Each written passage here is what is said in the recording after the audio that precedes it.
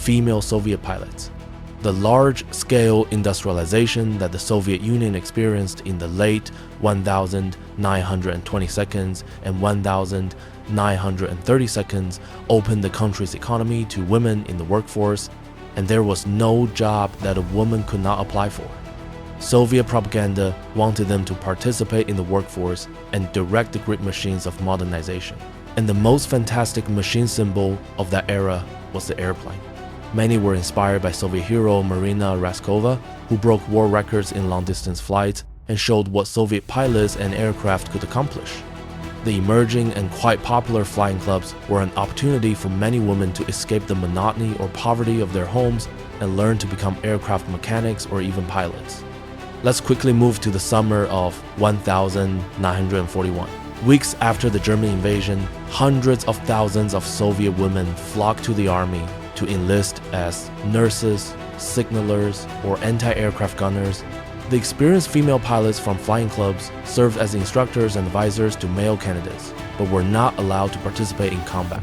The claim was that there were sufficient numbers of male pilots available.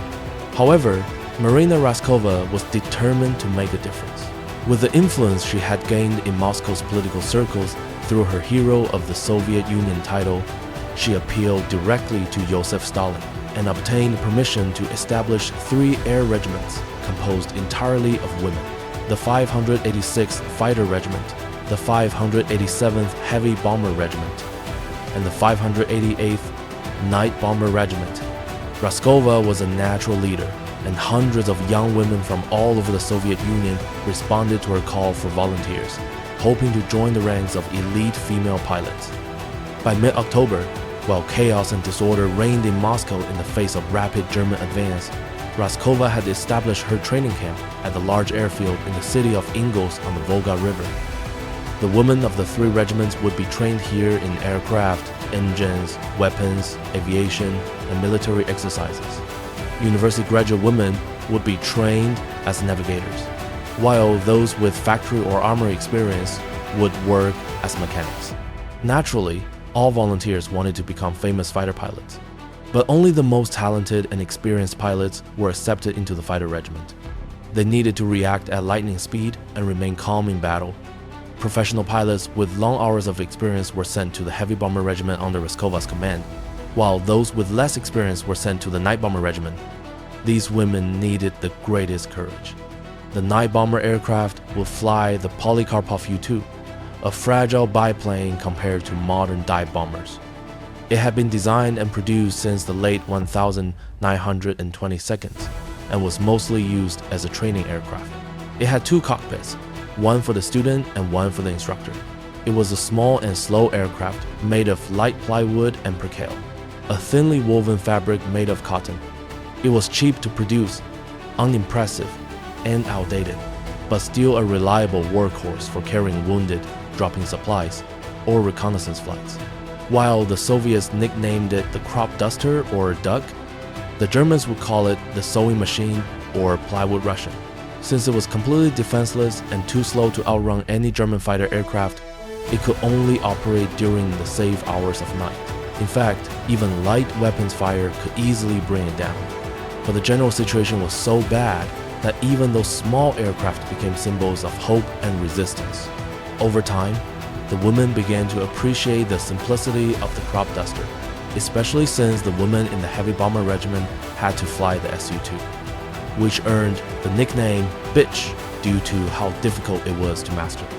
Despite Soviet theoretical gender equality ideology, Russian machismo was ruthless, wearing boots, tunics, and coats that were far too large for them as they were designed for men. The women were constantly mocked and ridiculed by their male colleagues for their lack of femininity.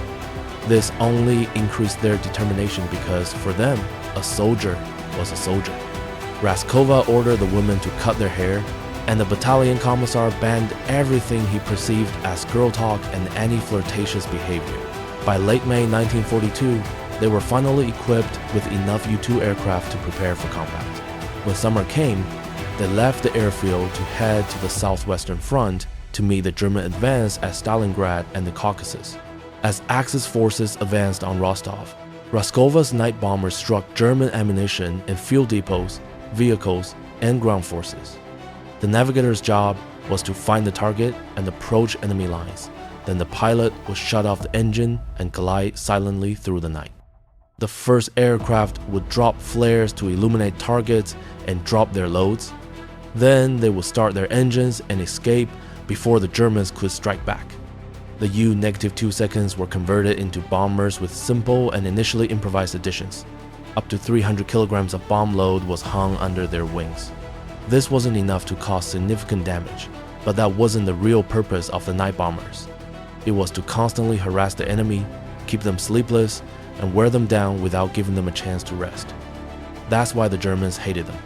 After learning that the night bombers were usually flown by women, they gave them their famous nickname, Nazi-Hexen, night witches. The women returned every morning with bright red faces and bloodshot eyes. They rebuilt their lives at some hour of the night, ate in the mornings, and immediately went to bed.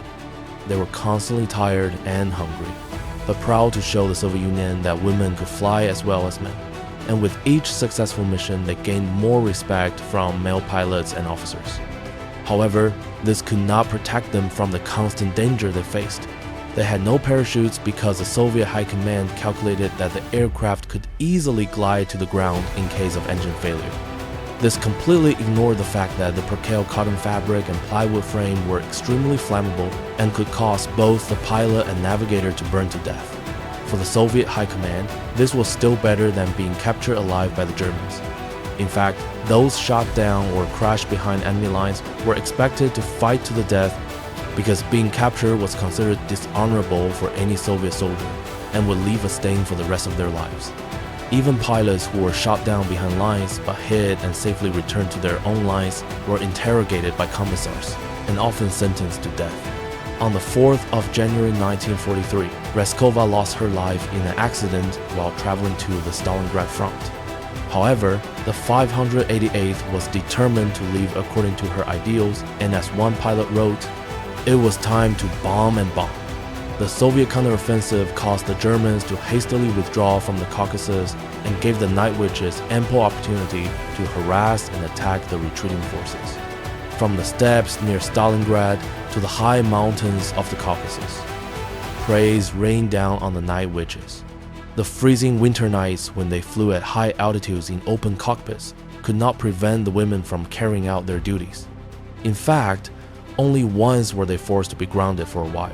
On the night of the 31st of July 1943, during the German counterattack on the Taman Peninsula at Novorossiysk, the Night Witches approached German positions and noticed that the anti-aircraft batteries were strangely silent. Suddenly, flares lit up the sky. This was a German night fighter attack, and within minutes, U-2 aircraft were falling from the sky and crashing to the ground. The survivors scattered and dispersed into the darkness. Such high losses in one night were a shock to the regiment. But this shock did not last long. The war, which finally turned against the German invaders, carried the Night Witches further west to Cuba, Crimea, Belarus, Poland, and finally Germany. Sometimes they flew up to a dozen sorties per night, with only a few minutes of breaks between them. There are many stories about these young women from different backgrounds who share their own personal stories of heroism, tragedy, and idealism. One of the survivors recalled, "We were young and fearless. Fear came later. After the war and after the regiment was disbanded, Commissar Yevdokia Rachkevich made it her mission to personally search for and find the crash sites of each of her lost pilots, to reveal an accurate history of the regiment and the women who served and fought alongside the regiment. A total of 261 women served as night witches throughout the regiment, and 32 of them lost their lives on duty. The strangest incident in the regiment was the arrest of 2 technicians for dismantling a flare and making underwear from the small parachute inside. A total of 26 women from the regiment were awarded military decorations for their service. 23 were given the title Hero of the Soviet Union, 2 Hero of the Russian Federation, and 1 Hero of Kazakhstan. Major Yevdokia Bershanskaya, who commanded the 588th Night Bomber Regiment, became the only woman to receive the prestigious Suvorov Order. Other important members of the regiment included Yevdokia Nosal, the the first member to receive the hero title and the first female pilot to receive this title posthumously, and Irina Sebrova, the regiment's most productive member with 1,008 sorties. The regiment was the only one among the 3 women's regiments established by Major Marina Raskova that was composed entirely of women and did not recruit a single man. Female heroes in war. The Night Witches were considered fearless Soviet heroes. However, they were not the only women who dedicated their lives to their country. Lyudmila Pavlichenko. When Lyudmila Pavlichenko was a young girl in Kiev, she joined one of the many paramilitary clubs in the Soviet Union. These clubs were not only for keeping reserve soldiers in shape, but were also open to the public. Pavlichenko was a natural athlete and had a natural talent with rifles. She worked hard to surpass men and easily earned her marksmanship certificate and sniper badge. In the late 1932, she enrolled at Kiev University to study history and succeeded in the Soviet Red Army's sniper school. Following the German invasion in June 1941, Pavlichenko was among the first female volunteers standing in front of the recruitment office in Odessa. They initially insisted she become a nurse, but Pavlichenko insisted on fighting with the infantry. A quick review of her badges and certificates was enough to convince the recruitment offices, and she was sent to serve in the 25th Chapayev Rifle Division. She would become one of 2,000 female snipers in the Red Army during the war. Only 500 could survive. Her story tells that her division sent snipers to harass the enemy while waiting for the Axis forces' advance to Odessa that summer. Pavlichenko was initially paralyzed with fear as the Axis forces advanced toward their positions, but suddenly, the young man next to her was killed by an enemy bullet. This awakened her from fear. She took her scoped Mosin Nagant bolt-action rifle and killed her first 2 enemy soldiers in the war. These would be the first of many more enemy soldiers. It is said that she killed 187 Axis soldiers in the battle for Odessa, which lasted only 2.5 months. After Odessa fell in October, Pavlichenko's unit was taken back to Sevastopol in Crimea and faced a new siege. In May 1942, after killing her 257th enemy, she was promoted to lieutenant rank and made a name for herself. She was sent on increasingly dangerous missions, including counter-sniping, a deadly duel with enemy snipers. Pavlichenko killed 36 enemy snipers. After an attack in June, where she was hit in the face with mortar shrapnel, the Soviet High Command removed her from the front. She was a recognized hero and was now too valuable to be lost in war. According to official figures, the female sniper who killed 309 enemy soldiers was Lady Death. After leaving the hospital, Pavlichenko became a propaganda tool. She was sent to Canada and the United States for a promotional tour and became the first ordinary Soviet citizen to be received at the White House. Pavlichenko spoke openly to crowds about her experiences at the front. She told how the man she loved was killed shortly after they married and the terror the Germans applied to her home. While the public found this interesting, the press seemed to be more concerned with the length of her skirt, the appearance of her masculine uniform, and whether there was makeup on the front of the girl sniper. Pavlichenko noted that Americans should be less concerned with the appearance of the uniform and more with what it represented. Simone Segouin. Before the war, Simone Segouin lived a normal youth life southwest of Paris. Her father was politically active in his hometown and was very vocal against the German occupation. She greatly admired her father's patriotism.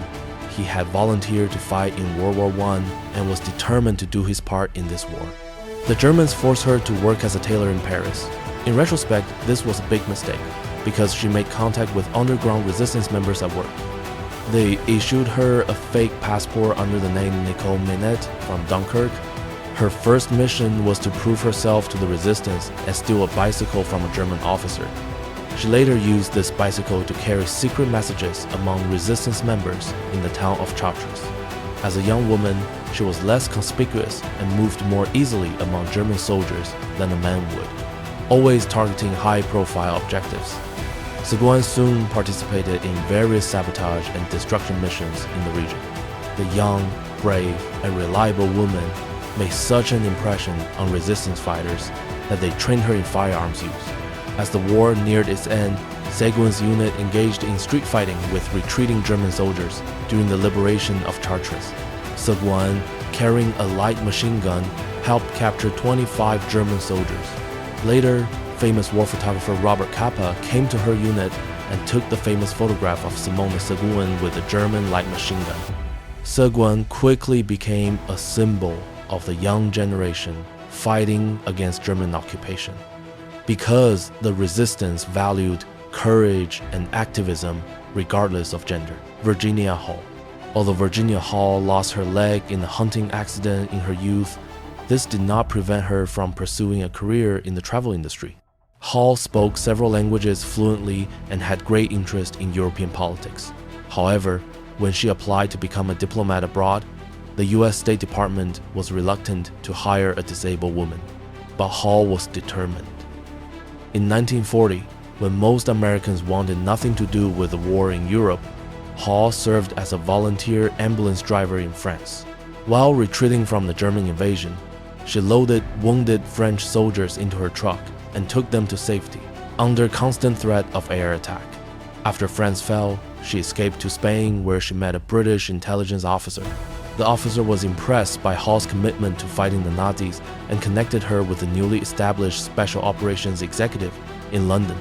The SOE was trying to infiltrate occupied Europe, but so far had not found many volunteers. Even though agents had only a 50% chance of surviving the first weeks after starting their mission, although the organization was reluctant to assign a disabled woman, they decided to place Hall in France's F section. In April 1941, she was placed in Vichy, France, and settled in a safe house in the city of Lyon. Her identity was a New York Post correspondent who was there to gather news about life under the new regime. The first thing she needed to learn was to move without arousing suspicion. She had prepared various outfits and hairstyles and used heavy makeup and disguises when she needed to transform into a different person for a while. What kept her alive was suspicion, and a strong sense of danger was her best ally. Hall knew when to stay hidden, when French police raided houses or when they were watching meeting points of suspected SOE agents. Double agents were everywhere. Nevertheless, she quickly established her own network of informants and worked closely with the French resistance. Throughout the winter of 1941-42, she used a brothel to hide agents or British pilots who had been shot down over France and whose identities had been exposed before smuggling them to Spain. Her most famous success was a real prison break where Hall's network freed several agents from a French prison.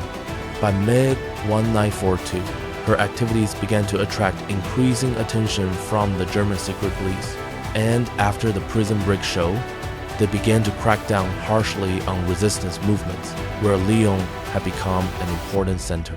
Hall even caught the attention of Gestapo leader Klaus Barbie, known as the Butcher of Lying, and it was claimed that Barbie said he was impatient to catch that limping bitch.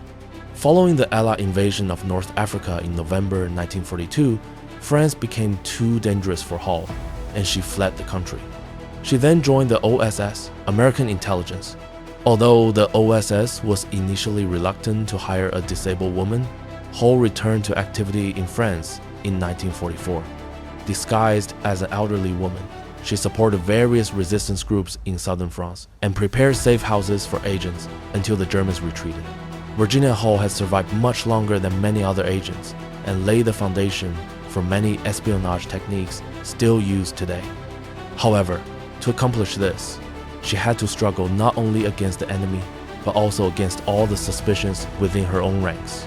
Milja Toroman. In the winter of 1943-44, famous war photographer Zor Skrigan traveled in the Kozara region in western Bosnia. There he encountered a group of guerrilla fighters. At this time, much of Yugoslavia had come under the de facto control of partisans who were quite successfully fighting against Axis occupation. Skrigan approached the partisan leader and asked if he could take photographs of the group. Among the female medics was one 7-year-old Bosnian Serb, Milja Toroman, who had grown up in a small village near Mount Kozara. Wearing a cardigan, Milja slung her rifle over her shoulder, adjusted her Titovka cap, and smiled as she turned her head. At that moment, Skrigan took the photograph. Long after the partisans' victory, in 1968, Skrigan published this photograph in a war photography book. There, Milja became Kozarkanka, meaning the girl from Kozara. Scrigan simply described her as a young girl who had escaped German captivity and joined the partisans to fight against the fascists. The photograph attracted great interest, and Kozarkanka became a Yugoslav icon. She represented the partisan struggle and was a perfect fit for the propaganda of the communist Yugoslav state. She was a symbol of the partisans remaining enthusiastic for their approaching victories despite the dangers of war. Kozarkanka's smile reflected confidence and optimism. The rifle on her shoulder completed the young girl's innocence. The real identity behind Kozarkanka was never revealed until the collapse of Yugoslavia. Although it was a staged photograph, Milja continues to be a symbol not only of the struggle of Yugoslav partisans and the many women who participated in this struggle, but also of the many women who fought for their beliefs, countries, and freedom during that great conflict. The story of the Night Witches reminds us that even in the darkest times, courage can light the skies. If you found this story as inspiring and chilling as we did, don't forget to hit the like button, share your thoughts in the comments, and most importantly, subscribe to our channel. New stories of war, mystery, and untold legends are waiting for you here. Turn on notifications so you never miss what's coming next. Thank you for watching, and until next time, stay vigilant. Until